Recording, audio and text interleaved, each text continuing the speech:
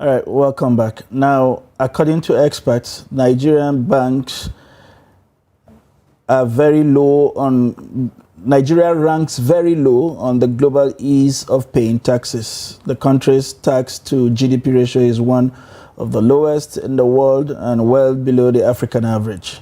In order to transform the tax system to support sustainable development and achieve a minimum of 18% tax to GDP ratio within the next 3 years, without stifling investments or economic growth, President Tinubu has set up a presidential committee on fiscal policy and tax reforms.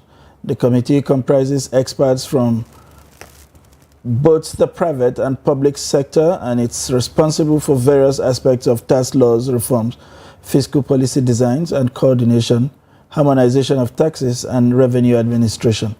As the committee tries to address the key challenges in Nigeria's tax system, such as multiple taxes and revenue collection agencies, fragmented and complex tax system, low morale and high prevalence of tax evasion, high cost of revenue administration, and lack of coordination between fiscal and economic policies, and poor accountability to the utilization of taxes. We have in the studio Mr. Babatunde Oladapo, the Executive Secretary of the West African Tax Administration Forum. Sorry, we have standing by on Zoom, I beg your pardon. And we are also expecting in the course of this conversation, the President of the Chartered Institute of Taxation of Nigeria, Mr. Samuel Abelui. Gentlemen, how do I put it? Mr. Oladapo, good morning and thanks for joining us this morning. All right. Absolutely. We recently had the president talked about, set up the tax committee, and it does appear that their works are cut out for them, chaired by a very eminent tax expert from the PwC. What do you think? How much do you think we can achieve with this reform in the lights of their terms of reference? Yeah, thank you for that question. I must start by saying that tax reform is not unusual in Nigeria. We've had a series of them dating back as far as 1950. We have several of them more than 24 as support and bringing in different perspectives based on what the issues are, of the days are. So this current attempt is a good one. It shows that this current regime understands the importance of tax revenue to building government institutions and funding development. Yeah, it's a big mandate and it's achievable, and with what we've seen, the government have mentioned the chairman, but jokingly I will ask, where are the other members of the committee? Those are questions begging for answer. We need to know the other people on that. The chairman is a creditable member of the tax community. He's a member of both ICANN and Chartered Institute of Taxation of Nigeria. He has done several contributions to the national discourse in building effective tax administrations in Nigeria. And like it is said, a tree cannot make a forest. We need to know those who are going to work with them. And then also the terms of reference looks beautiful on paper, but there's always a money after the wedding. What happens in terms of support that the government will give them, because their role is purely advisory, and I'm sure they are not going out there to collect taxes. They can provide solutions, but we need to be sure that the government apparatus saddled with the responsibilities of collecting taxes and also making tax policy should be able to support whatever the committee will do as we go forward. So for me, it's a good step in the right direction. It's a sign that the government is taking very good steps. And for taxpayers, I'm sure they are rejoicing. The government has rolled back the excise tax. He's doing a couple of things. And so it's a good time for everybody, taxpayers and tax administration, but we will wait to see what will happen as members of the committee are brought on board, and then we'll wait to see how well they can work with government apparatus to ensure that taxes are effectively administered in our jurisdiction, Nigeria. I will take a pause here. Okay. All right, let's go to Mr. Samuel, if you can hear me. Okay, we'll get to Mr. Samuel subsequently, but let's stay with you, Mr. Babatunde. What are some of the areas that you think that this committee should be focusing on that requires, the urgent attention? Okay, so sorry, I have a president here who is my president of the Charter Institute of Taxation, and I think protocol demands that you allow the man who leads the practice of taxation in Nigeria to have a bite, if you don't mind. It appears we have a bit of challenge getting him on board, and that's the issue. Okay, I understand we now have him. We have a clear line to him now. He's passed the baton to you. Welcome on board, and we would like to hear what areas you think, as Elias said, you think are pertinent within this harmonization drive. Thank you very much. Thank you for having me. I, just like my colleague has said, Babatunde Oladapo, the government has started on a good note, and just like he said, tax reform is not new. It has been for decades, and tax by its nature is very dynamic.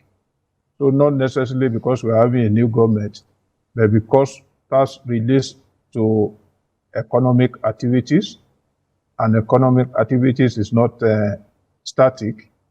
So the reform is setting up a committee for the reform is a welcome development. And also, the chairman is somebody we know his pedigree. So I think the good time is there. Now, what area should we be focusing on? There have been a lot of issues that are crying for the attention of the government. And it's not just that our tax to GDP ratio is low because we are Nigerians. It's just that because we have not done well, those things we need to do well, and we need to move forward.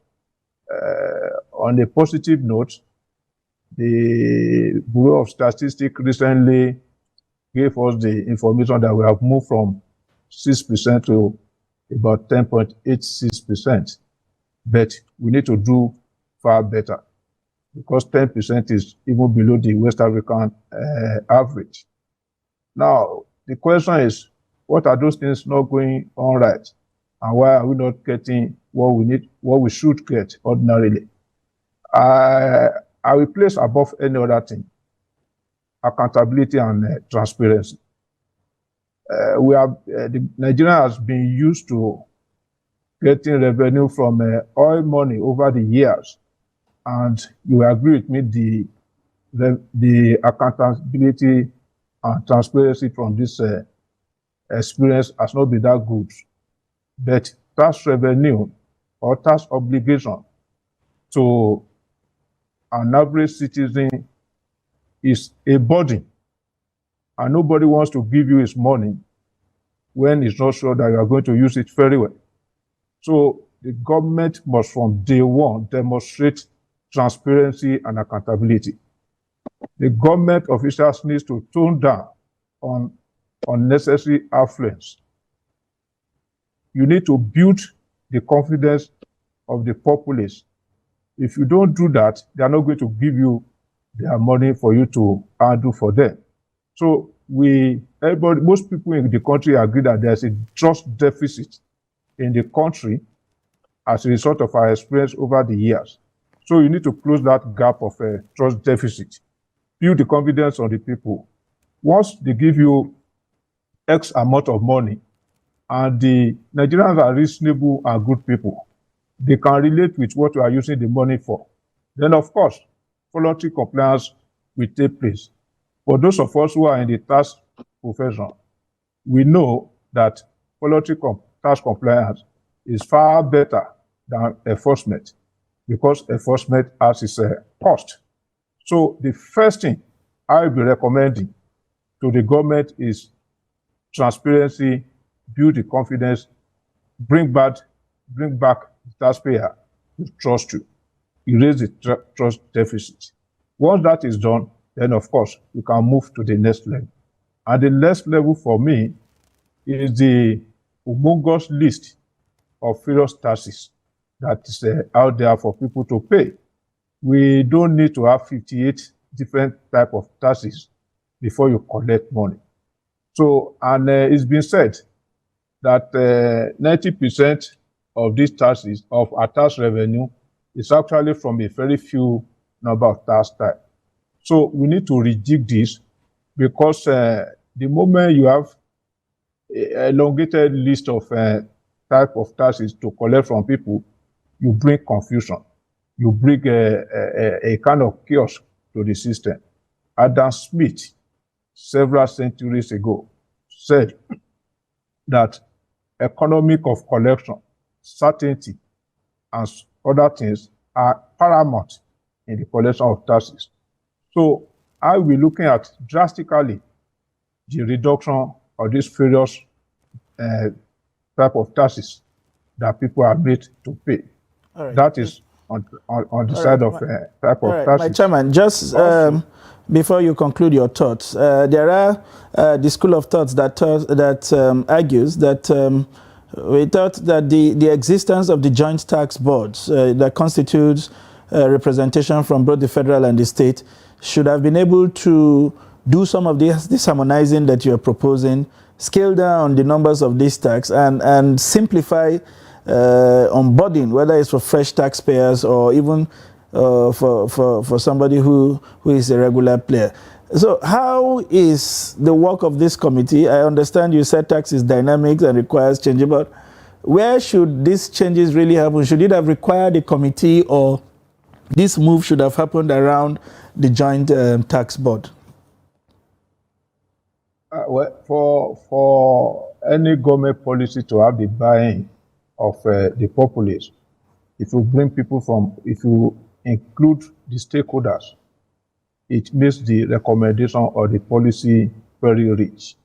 So there's no disadvantage of having the committee. I'm also aware, by virtue of my position, that JTB is doing a lot of things in the area of harmonizing the various type of taxes we are paying.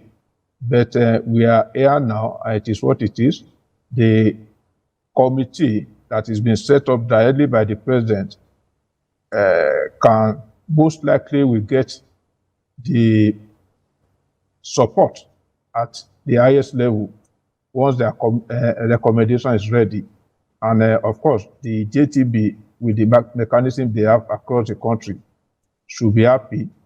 We need to implement whatever is the outcome of the committee's recommendation. But I am aware that JTB is also currently doing something in that regard. Okay, let's go to Mr. Babatunde now. Well, Mr. Babatunde, with an economy such as ours that could be said to be largely informal, one of the major issues has been how to get people in the informal sector to pay more taxes. So how can we do this in a structured manner such that it doesn't inflict so much hardship on Nigerians, especially in these times? Okay, thank you. Yeah, but people have been talking a lot about informal sector. Sometimes I keep asking myself, these people are not ghosts. They live and operate within sight. So when people say it's hard to tax, I ask myself a couple of questions. And the questions are the people themselves making it impossible to be taxed? The people who are meant to tax them, are they actually exploring all opportunity to make sure that they are brought into the tax net? Then I'll link this back to the effectiveness of tax administration. Tax administration runs on data, and now we have several data. The BVN was a game changer. You could have access to banking information of anybody who is in Nigeria or a resident in Nigeria. And so the question is, what do we do with the data that is openly available? Are government agencies collaborating right from the company registrar, that is the CAC? Are they collaborating across board with others, even at the local government level? Because one way or the other, you must have given your data somewhere that government can use for the purposes of taxation. So for me, I don't belong to the school of people talking about informal sector as a problem. What I think should be the problem, how do we use technology? What would be the strategy to bring them on board? And I think in Nigeria, a step has been taken in that direction. Through the Finance Act 2019, there was certain relief given to informal sector and people earning income on PE that gives them certain reliefs, which is an incentive, because you have to incentivize to bring people in. So if there's a cushion already in place, it means government will not have to build or need to get the relevant data, because some of the people you say are in the informal sector, they have large volumes of transactions. You can imagine, I don't want to mention it, but I know people who sell spare parts, people who sell building materials, and they get the kind of income that comes in. And you ask yourself, what's happening to our tax system? So I think across the three tiers of government, there must be deliberate strategy to annex technology and the available data. The president of the CITM was mentioning something earlier on. There was an aggregation of revenue across board, and that's what has brought the tax to GDP contribution to 10%. There was an effort provided by the Bureau of Statistics. So we could borrow from sourcing from data and lay it upon the incentive for people to come forth. And then I will also link it up with what the CBN has currently been doing, where you have a preponderance of cash-based transactions. It's difficult to tax because most of those transactions goes under the table. So the CBN should be a player in this field to make sure that you increase the number of people that have access to the use of banking transactions for the sake of data that will help tax administration and government tax effectively the informal sector. And I must put a caveat, not taxing them out of existence, but taxing them to be able to keep their books so that they can become multinationals of tomorrow. That all of us can actually benefit from. Okay, Mr. Dakwa, just to further expand on some of the views that were put forward by the president, he talked about tax administration, you know, and today when you go to, you know, still staying with the examples of Ilya, when you go to the rural communities, you see all kinds of tax collectors. Some of them, depending on the kind of vehicles you are driving, they will stamp on you while driving on the road without committing any traffic offense. We see these local market women getting undated with all kinds of tax receipts. If not, they are not allowed to operate within that small confines in the market. But the question really is, what do we need to do at that level? Because like you rightly pointed out, it doesn't appear to be a problem of compliance. It is more a problem of accountability. Some of these persons have been in this market for several decades. Nothing has been done around that place. Not even a concrete platform has been provided. If it rains, part of their goods are destroyed. Not even a functional public toilet. How do we begin to build what the president said, build the trust that would then begin to move people to voluntary compliance? Okay. Thanks for that question, but let me start on the premise that Nigeria is ours as a country. And also to state here that there is so much of we against them in Nigeria. People who are not in government don't actually trust those in government. And most times those who are in government see those who are outside as victims. That's where you see those people you call tax collectors. Because just like the biblical times, tax collectors don't have a feeling for people. They just turn your head up, down, and collect. But that does not have a sustainable level. It doesn't promote citizen-government relationship. And that's not the kind of thing we want to see. We want to see domestic revenue mobilization based on trust, based on predictability, and like you said, based on something voluntary. It should be a give and take thing. I give my taxes because I want my country to be better. Then government take the taxes and go by here. The social contract is there. Yes, I will not say government has not been trying, but we need to do a rethink and a reset. Nigeria has beautiful initiatives. Like the president of the CITM mentioned, JTB, I covered JTB activities for so many years. Brilliant talk, brilliant initiatives around reduction of multiplicity of taxes, nuisance taxes. Even the Nigeria Government Forum, they also have initiatives that are sponsored. And when you now look across the landscape in Nigeria, how many of the states, the local government, have actually imbibed this? There were suggestions around having consolidated revenue codes. When you check statistics, how many states have actually done that, having a compendium of those taxes with a view to weeding them down and using functional one? You don't need to have many tax handles to do it effectively. There could be a few that are predictable, and like part of the canon of taxation, you should be sure. There should be certainty. You should know how much you pay. Not that you go to the market, they start chasing you, you are carrying vegetable. So we need to do a lot of coming together. What is the purpose for collecting revenue? So that the citizens that bring the money, they will not be chased out of town.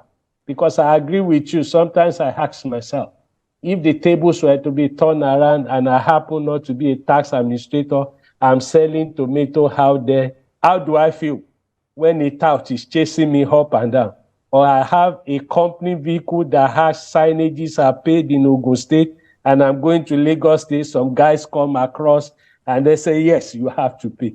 So we need to do a lot of harmonization, and there has to be a consensus, whether at the JTB level, which is the premium organization that brings all the tax administration together, or at the Nigeria Government Forum, there should be an agreement that when these guidelines are rolled out, we will all walk the talk, not just coming around the table and talking and then you see something out there.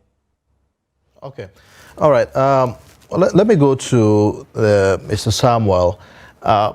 We've had a lot of stories about how corporate entities, in some cases, deduct taxes from, say, employees, for instance, and yet not remit. And that's a major issue here. How do we clean up that kind of a system and get the institutions be much more effective in that regard? Yeah, thank you very much. The moment you have your entity, your company registered with the Corporate Affairs Commission, you become an agent of government in carrying out some obligation, responsibility that the law has prescribed. If you're an employer of labor, you have the duty to deduct the payee from your workers. And not only deduct, you remit. You have a business relationship with people, suppliers, contractor. You are supposed to deduct withholding tax, which is an advance payment of tax. These obligations are there, and failure to carry out the obligations there are penalties. And I'm quite sure that the revenue agencies, either at the federal, by way of Federal Inland Revenue Service, or at the state, they have the mechanism of back duty audit, whereby whatever ought to have been collected that have not been collected, or what ought to have been collected but not remitted, they can always get that into government purse. And because of my position, I know the government is not doing badly in that area, but the government can do better. Also, we need to know why why companies that have that responsibility sometimes don't carry out that responsibility. But I would think that is not too much of an area where we have problems. There's a mechanism in place to take care of that, whereby through the back duty, whatever ought to have been done that have not been done can be made possible. But I would rather want the government, through this committee, to look more towards the comment made by Mr. Babatunde. The collection of taxes by a non-state actor is dangerous for the system. And you have a lot of that at the local government level. It's pretty straightforward to know what the FRS is going to collect from you, and they will collect that. It's also pretty straightforward in some states to know what the Lagos State Internal Revenue Service, we know what they will collect from you.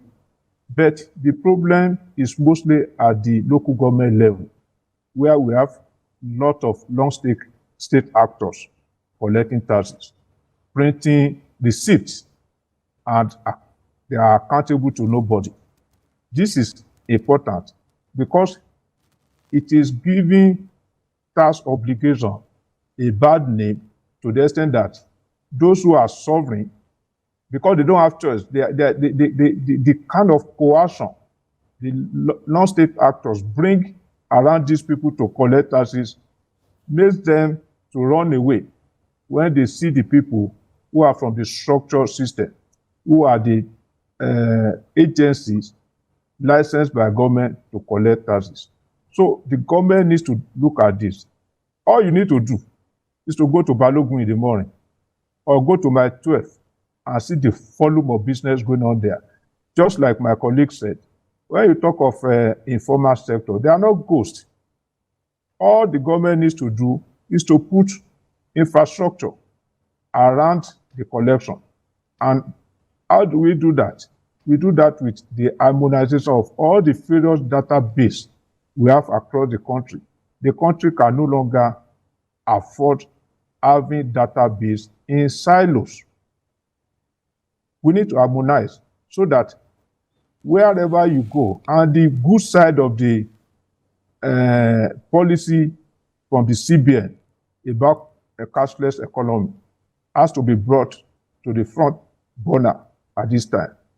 It is no longer fashionable across the world for people to carry cash all around to transact their business. So bring everybody into the banking net to have their transactions. Then of course, once that is done, then you can collecting tax, assessing and collection will not be too difficult. There are my fear for the non-state actor, and the government needs the political will, because what we have realized is during election, those who have contributed in one form or the other are compensated, particularly at the local level, to say, okay, we give this area, go and collect taxes. These are the people who know next to nothing about taxation. So the government needs the political will to come into this area so that they can free the citizens from the burden of this harassment, blocking of the road. It is not done in any civilized environment. If you pay your taxes in Lagos, you should be able to move to Katsina, and all the states you meet across the road will respect the receipt you are paid in Lagos and vice versa.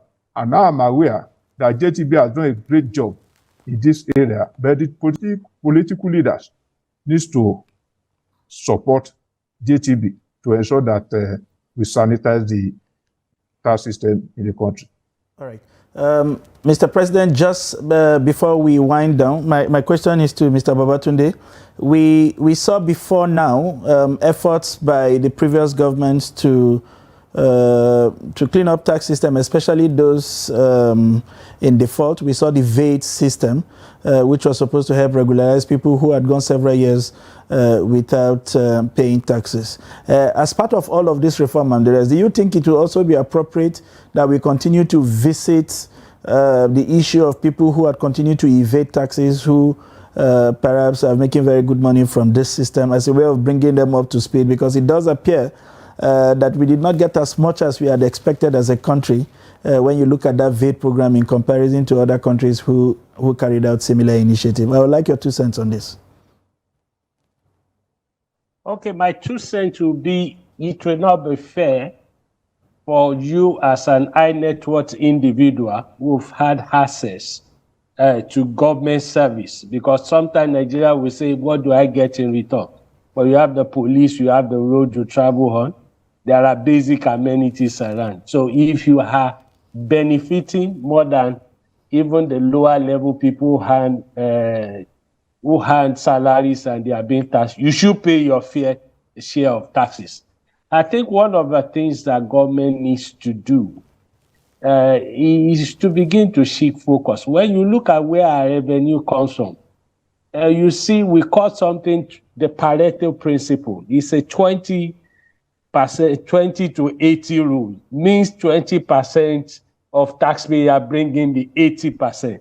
And I can tell you, in Nigeria, there are some companies, it is predictable they will pay their taxes because the governance rule says they must file their returns. Then you find some individuals who carry portfolios and they get the money and they don't pay. Like the president of the CITN said, the political will, tax administrations are just instruments of government. If the political will to support the tax administration, to tax such individuals who have massive wealth. There was a publication recent about two years ago by Hustler. It showed that the wealth of Nigeria and some West African countries are controlled by less than 10% of some of the there are some people, less than about 3 or 4%, just of few individuals. So the focus should be on emerging areas such as the taxation of high net worth individuals. Taxation of properties should be taken as a priority because it shows that you have some money, and the question should be, can you fund your lifestyle? So those are new areas so that we can, those companies who have been faithful all the years, they deserve to be rewarded. They've been paying. So we should look at those high net worth individuals who are actually displaying their wealth. When you go to Facebook, you see someone being on a plane, on a shuttle, having yachts. How many of them pay taxes? There are houses up there. So I think the collaboration between the 3 tiers of government very significant in this season. And I must say, it's the state that even have the responsibility for personal income tax as it is. So there should be a collaboration between the National Tax Authority and the state level so that those who have the extra income, we are not begrudging them of their good fortune, but they must bring in, because the principle of taxation is also about the strong taking care of the weak. That's the kind of equilibrium we want to see in the system. And I think the FRS is doing well in that line, because currently the FRS has signed on to the Exchange of Information Protocol that allows them to have a 360 global view of all available incomes. Thank you very much. We've been talking with the president of the Chartered Institute of Taxation of Nigeria, Mr. Samuel Agbelui. Thank you very much for finding time to be part of this very crucial conversation at this time in our national history. We also want to thank Mr. Babatunde Oladapo, the Executive Secretary of the West African Tax Administration Forum. It's been a pleasure talking to you both. And Thank you. we hope that when we come calling again, you will find time to continue to enlighten Nigeria and provide support for the committee in a bid to build a viral and strong nation. Thank you very much. We'll take a short breather now. When we return at the top of the hour, the show continues. Please stay with us.